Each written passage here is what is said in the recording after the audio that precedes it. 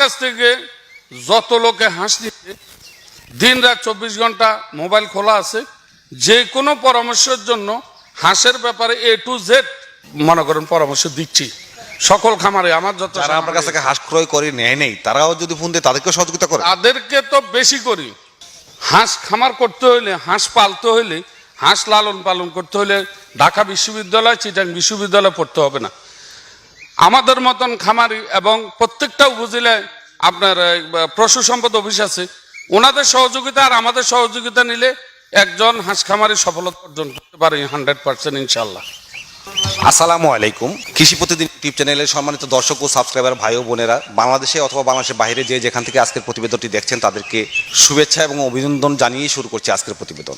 আজকের প্রতিবেদনের মধ্যে আমি আজকে চলে এসেছি যে জায়গাটি আপনারা হয়তো অনেক পরিচিত, সেই জায়গাটি হচ্ছে লাকসামে। সেই লাকসামের মধ্যে মনোরগঞ্জ সালেপুর, এখানে আপনার রাহাতুন হাঁসের খামার অ্যান্ড হ্যাচারির মালিক জনাব মোহাম্মদ আলমগীর হোসেন ভাইয়ের কাছে আমরা আগেও প্রতিবেদন তৈরি করেছি, আপনারা দেখেছেন। আবার আজকেও চলে এসেছি, এখানে এসেই দেখলাম উনি কিছু হাঁস ডেলিভারি দিচ্ছেন। তো এখানে এই সম্বন্ধে কিছু তথ্য আপনাদেরকে জানাবো, পাশাপাশি জানাবো বাংলাদেশে অনেক খামারিরা হাঁস পালন করছেন, অনেকেই অকালে ঝরে পড়ে গেছেন, তারা ব্যবসাগুলো আর নেই, কেন নেই, এটা মূল উদ্দেশ্য কি এবং তারা পারছেন না কেন, এই হাঁসের ব্যবসায় শুধু লস বলছেন, সেই লসটার মূল কাহিনীটা কি, সেই জিনিসটাই আপনাদের সামনে তুলে ধরার চেষ্টা করবো। তাহলে চলুন।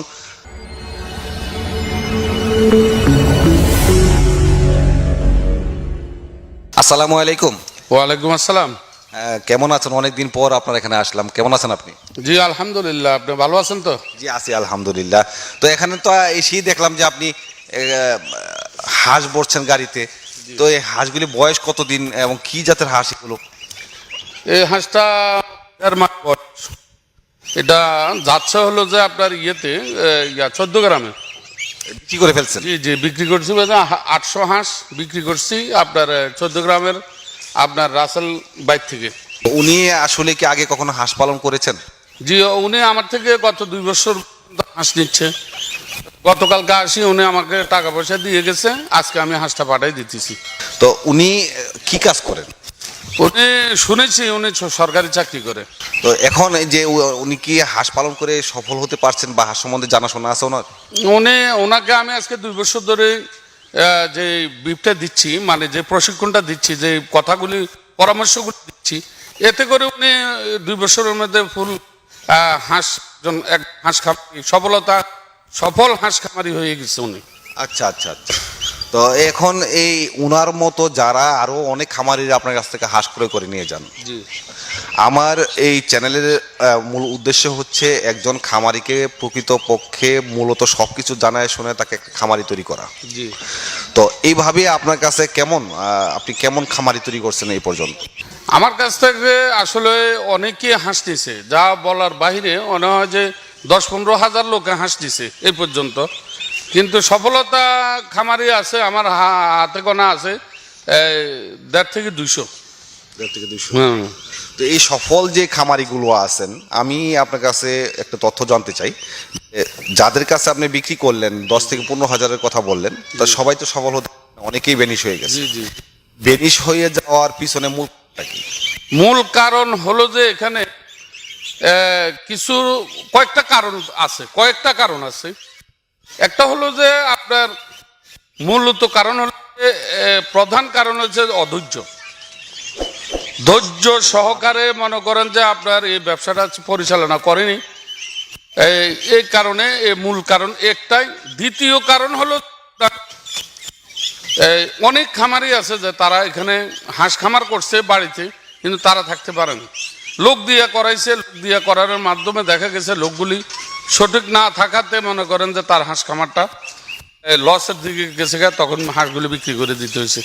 এইসব ধরনের আর কিছু আছে গত লকডাউনে হাঁস নিছে, তারা বিদেশ চলে গেছে, মনে করেন যে হাঁসগুলি বিক্রি করে দিয়েছে। এই ধরনের বহুত আছে যে কেউ আছে যে ঢাকায় চাকরি করে, চিটাং চাকরি করে, লকডাউনের সময় আপনার হাঁস পালছে, এরপরে চাকরিটা আবার ঠিক হয়ে গেছে, চলে গেছে। এই ধরনের একটা শ্রেণীর লোকদের কথা বলবো আমি। ওনারা ইউটিউবে আপনার হাঁস খামার দেখি, বিভিন্ন ধরনের হাঁস খামার দেখি, বিভিন্ন জনের হাঁস খামার দেখি, ওনারা উদ্বুদ্ধ হয়ে না জানে না শুনে বিভিন্ন জায়গা থেকে হাঁস ক্রয় করি, মনে করেন যে আপনার এই লসের সম্মুখীন হচ্ছে। কিছুদিন আগে আমার এক লোকে ফোন দিল, ভাই আমার হাঁসগুলির 3 মাস হয়েছে, এখন হাঁসগুলি আমি বিক্রি করে দিব। কেন ভাই? কয় যে হাঁসগুলির মনে করেন এই অসুখ ওই অসুখ এই ধরনের এই সেই। তো আপনি কার থেকে হাঁস নিয়েছেন? কয় যে আমি একজন থেকে নিছি, তার কাছে ফোন করলে সে ফোন রিসিভ করে না, আর রিসিভ করলেও সে বলে যে আমাদের কাজ হলো হাঁস বিক্রি করা, পরামর্শ দেওয়ার না। কিন্তু আমার কাছ থেকে যত লোকে হাঁস নিচ্ছে, দিন রাত 24 ঘন্টা মোবাইল খোলা আছে, যে কোনো পরামর্শের জন্য হাঁসের ব্যাপারে A to Z পরামর্শের জন্য আমি সদা সর্বদা মনে করেন পরামর্শ দিচ্ছি সকল খামারে। আমার যত যারা আমার কাছ থেকে হাঁস ক্রয় করে নেয় নেই, তারাও যদি ফোন দেয় তাদেরকে সহযোগিতা করে। তাদেরকে তো বেশি করি, তাদেরকে বেশি করার উদ্দেশ্য হলো কি, তারা যেন কোনো সময় আমার থেকে হাঁস ক্রয় করে। সুন্দর আপনার পলিসি। দর্শক বন্ধুরা, আমি আজকে যেই প্রসঙ্গটি আমি এই অভিজ্ঞ খামারির সাথে কথা বলেছি, উনি আমাকে যে জিনিসগুলি জানালেন যে আসলে অনেকেই তার কাছ থেকে হাঁস ক্রয় করে নিয়েছেন, যার উদাহরণ উনি আমাকে দিলেন 10 থেকে 15 হাজার খামারির কাছে বা নতুন উদ্যোক্তার কাছে উনি হাঁস বিক্রয় করেছেন। অনুমানিক উনি একটু উদাহরণ দিলেন, কিন্তু সফল খামারি আছে 1.5 থেকে 200। তাহলে এত খামারির কাছে হাঁস বিক্রি করলেন, সফল খামারি মাত্র এই কয়জন কেন? এই জিনিসগুলি নিয়ে কিন্তু আপনাদের মনে প্রশ্ন দানা বাঁধতে পারে যে আসলে সফল খামারি মাত্র এই কয়েকজন কেন, তার মধ্যে বাকি লোকগুলি ঝরে গেলেন কেন? সেই ঝরে যাওয়ার কাহিনী সম্বন্ধে উনি যে উদাহরণগুলি দিলেন, হাঁস সম্বন্ধে না জানা, বিদেশ থেকে এসে অবসর সময়ে হাঁস পালন করলেন, আবার যখন বিদেশ চলে গেলেন হাঁসগুলি বিক্রি করে চলে গেলেন। এর পরবর্তীতে যখন আবার দেখা গেল এক শ্রেণীর মানুষ আছে, তারা হাঁস সম্বন্ধে কোনো রোগবালাই সম্বন্ধেই জানেন না, হাঁস পালন পদ্ধতি সম্বন্ধে জানেন না, হাঁস খাবার পদ্ধতি সম্বন্ধে জানেন না, তারা কিছুই না জেনে না বুঝে 500 হাঁসের ঘরের মধ্যে ওনারা 800 বা 1000 হাঁস রেখে দিচ্ছেন। শুধু এখানে কিন্তু অনভিজ্ঞতার ব্যাপারেই আমি বিশেষ করে কারণটা নির্ধারণ করব। তারা না জানার কারণে, না বোঝার কারণে এই অবহেলা করেছেন হাঁসের সাথে, হাঁসকে কষ্ট দিয়েছেন, আর্থিকভাবে কষ্ট পেয়েছেন ওনারা নিজেরাও। একটি পর্যায়ে তারা বলছেন যে হাঁস পালন করলে লস, হাঁস বৃথা ব্যবসা করাটা, সময় নষ্ট করাটা ঠিক হবে না, তখন বিক্রি করে দেন। এই সকল মূল বিষয়গুলি আমি এবং আমার মতো যারা হাঁস নিয়ে যে সকল ইউটিউব ভাইয়েরা আমরা হাঁসের জন্য বিভিন্ন পদক্ষেপ উদাহরণস্বরূপ আপনাদের সামনে উদাহরণস্বরূপ আমরা তুলে ধরে থাকি, বা আপনাদেরকে অভিজ্ঞতা দেওয়ার বা বিভিন্ন সুবিধা অসুবিধা বোঝানোর চেষ্টা করে থাকি। আমরা সবাই কিন্তু একত্রিতভাবে একটা জিনিসই বুঝাই যে হাঁস সম্বন্ধে আপনাদেরকে হাঁস সম্বন্ধে একটা ট্রেনিং করতে হবে, তারপরে আপনি হাঁস পালন করতে পারবেন। আর এই ব্যাপারগুলি ট্রেনিং ছাড়াও যারা মনের গভীর বিশ্বাস নিয়ে, আস্থা নিয়ে হাঁস পালন করছেন, তারা কিন্তু প্রকৃতপক্ষে সফল হয়েছেন। আপনি এই ব্যাপারে কি বলবেন? জি জি জি, অবশ্যই। যেমন আপনার আমি সাধারণত সদা সর্বদা একটা কথা বলে থাকি, সেই কথাটা হলো যে কি, হাঁস খামার করতে হলে, হাঁস পালতে হলে, হাঁস লালন পালন করতে হলে ঢাকা বিশ্ববিদ্যালয়, চিটাং বিশ্ববিদ্যালয় পড়তে হবে না। আমাদের মতন খামারি এবং প্রত্যেকটা উপজেলায় আপনার পশু সম্পদ অফিস আছে, ওনাদের সহযোগিতা আর আমাদের সহযোগিতা নিলে একজন হাঁস খামারি সফলতা অর্জন করতে পারে 100% ইনশাল্লাহ। হাঁসের খামার করে হাঁস পালে নিজেও সফলতা অর্জন করতে পারবে, দেশটাকে এগিয়ে নিয়ে যেতে পারবে। পরিশেষে শুধু আপনাদের কাছে একটি অনুরোধ করব, আপনারা যারা হাঁস পালন করবেন তারা হাঁস সম্বন্ধে জেনে শুনে বুঝে আপনারা হাঁস পালন করবেন।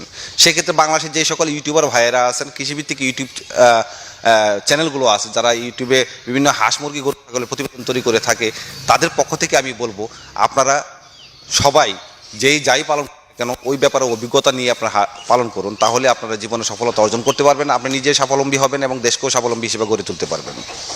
এই ছিল আজকের মতো প্রতিবেদন। আজকের প্রতিবেদন এখানেই শেষ করছি। পরবর্তী ভিডিও দেখার আমন্ত্রণ জানিয়ে আপনারা ভালো থাকুন, সুস্থ থাকুন। আল্লাহ হাফেজ।